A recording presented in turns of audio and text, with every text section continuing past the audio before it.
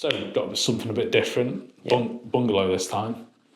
Tell me about it and I'll go Yeah, into it. so again, this project came through me through a builder who I work quite a lot with. And he actually seen the client before and he had an idea that what he wants to do. And so he just wanted a single stroke extension of the back of it. It was quite standard, about 6 meter by 4 meter, 3.5 meters coming at the back. Okay, and initially they wanted to do this under the permitted development, but when we actually did the drawings and we looked at the whole regulation and everything, it needed a planning permission. Right. So that's something was quite a learning curve on this one, that a single story extension on a bungalow might require a planning permission, and that was all to do with the total height, because the client wanted to do this in a flat roof at the back with a big lantern. It needed to go above the eave height, and anything goes above the eave height needed a planning permission. What's the ear height? Yeah, eave height is your angle in the roof here. So if I just draw line here, so this is your eave height. So anything goes above this needed a planning permission. Right, Yeah. okay. So the extension here needed to go on top here. So which was an increase in height. That's the reason it needed planning. Is that something that can be difficult and tricky to get around, or most councils? No, it's not. We just need to apply for it. It's just a formal process we need to satisfy, and that's what we did. Yeah. Right, okay. The extension itself was quite good inside. Client already had an idea what he wanted to do, but I just gave them a little bit more tip on the top that what else we can do, and he took those ideas on board, and I think the builder's done quite a good job on this. So the builder's obviously the one who's got Yes. you in. What comes first? Like, it's like the chicken and the egg. What comes first? The architects or the builder?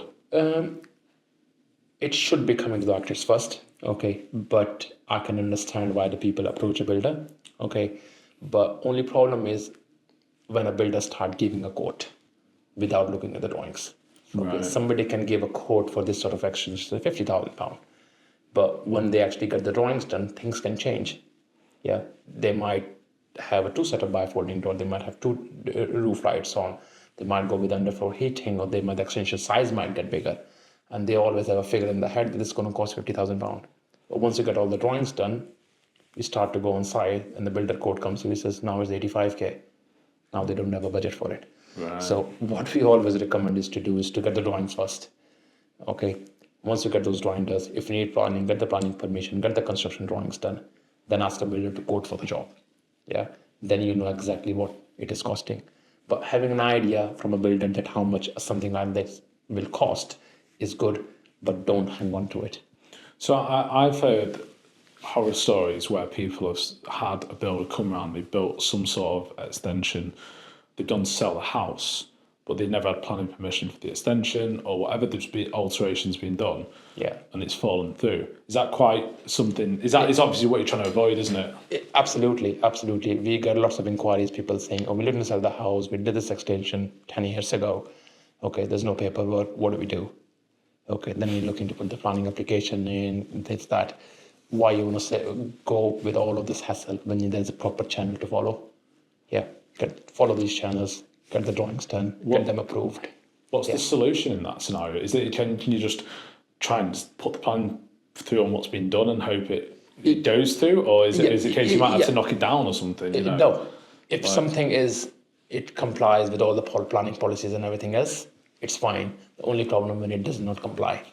Imagine being a detached property like this one. Okay, if the client wanted to do an extension in the back, in a detached property you can go up to 4 meters without planning permission. Yeah. Right. Imagine the client want to go 4.5 meters because somebody advised him.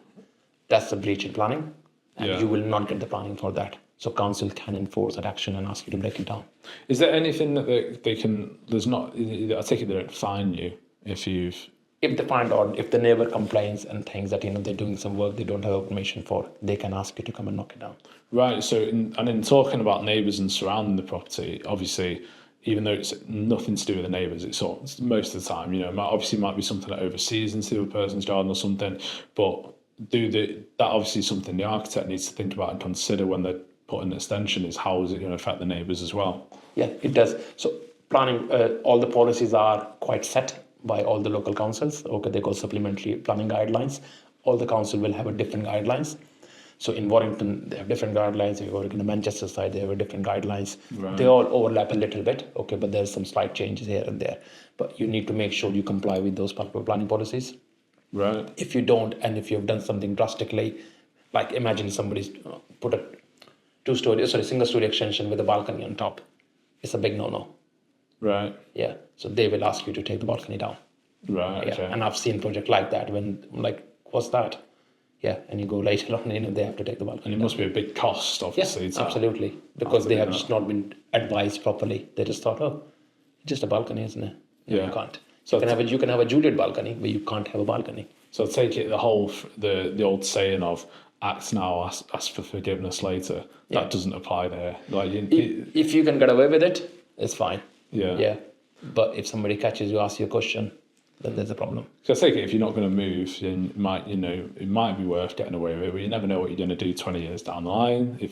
Or if you pass away and then your family members want to sell the house and then they're left with the issue. Maybe your existing neighbor does not have a problem, but they sell the house, somebody else comes in and says, oh, hang on, there's a balcony looking into my garden. Let's check if they have a planning permission. Then they check, they say they don't have it. They complain it to the council. It can come and bite you 5 years later. Yeah. So going back to the bungalow and planning permission, a bungalow is obviously 1-story house. Yeah. That might make people feel like this is what I get, but is there actually opportunity to extend it not only outwards like you've done, but upwards as well? Yes, you can extend the bungalows into a 2-story as well. Okay. Right. But it depends on the street scene. Okay. If there are lots of bungalows around it and things, nobody's done it, it can be quite challenging.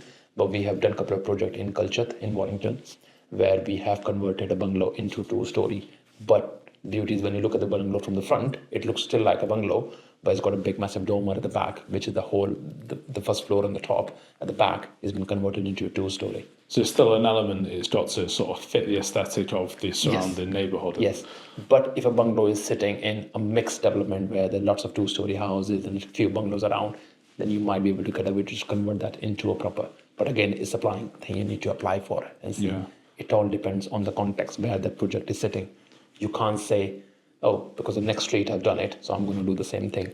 The context might be very, very different. So obviously people might be sat watching this who have a bungalow, might be feeling I can't really do much with this. It's actually quite a lot of stuff you can do then in that case, like extending all, directions up, down, Yeah, you can go on the side, you can go to the back, you can go to the dormer. We have done the project where we put the dormer in the front of the property as well.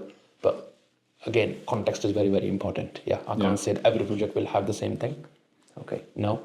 But like in this project, if you want to extend the front, big no. Right. Yeah, the project we did in Culcheth, on that one, yes, you can extend in the front as well, but to a certain degree, but there needs to be some architecture. So it's not as limited as people may really think. Yeah. There is actually quite a bit of scope. Yeah. So with this one, it's obviously a bit more boxed off kind of thing. Is that the client's request that they had? Yeah, I think client in this one already knew from the day one that what he wanted that to look like. I think he already knew what the color he wanted to put in there as well and things. The color of the render is gone with sort of a grey color in there, but he already had that in mind from the day one. Right. So, yeah. Yeah, and again, seeing the common feature of the skylight in there, so letting a lot of natural light in. What's the sort of scenario they had with the sun? Was it something where it might not let as much in through the sides, so that's why the skylight, or? Yeah, again, it was a south facing as well. Okay. So, the point was, but at the back there was lots of, because there's a road behind it with lots of trees in here, just at the back of it. So getting a natural light from the top was quite key, because you will struggle to get a lot of natural light coming from the bifolding doors and the window in there. So the reason for the big massive roof light there, to get a lot of natural light coming back into the kitchen area. Nice. Were there any complications specifically with this build, other than the maybe slight raise in? Yeah, no, I think the getting a planning permission was the only thing on it, but it was quite easy. We just put. It's quite a small extension though, isn't it? It's obviously they're not obviously working on 2 floors, but they're just adding a bit to the back, aren't they? But again, it all depends. How do you see?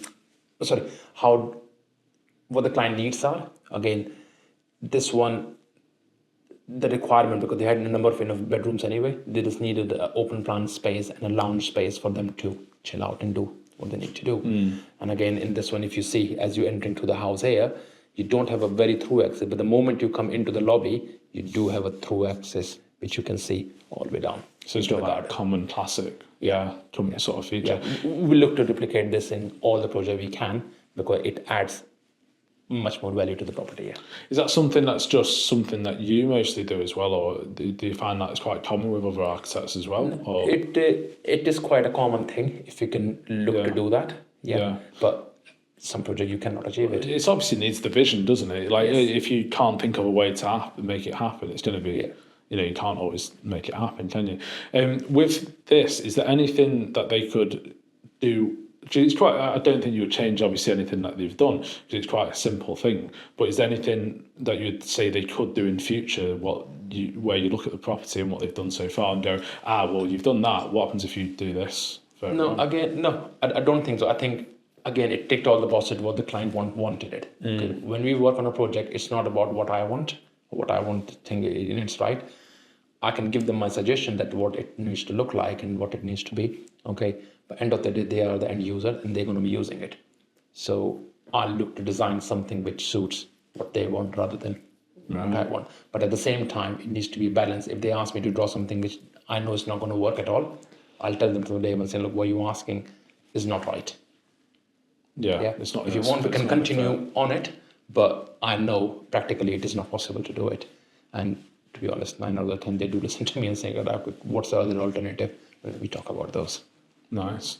If someone was to have a bungalow and they're thinking to do an extension, is this a likely repeatable kind of extension you would offer if they're looking to just extend the living space, or what other things could you like add to a bungalow to add to the property value? Yeah. On this one, it was a single story extension. It already had number of 3 bedrooms in there, but lots of projects when you work on the bungalows, they are looking to convert a 3-bedroom bungalow into a 5-bedroom property. Right. And that's the kind of project we have done as well. Yeah. But again, lots of potential can be, but it depends on what context, where the plot sits, what the side boundaries are with the neighbors, how big the garden is, lots of factor comes into it.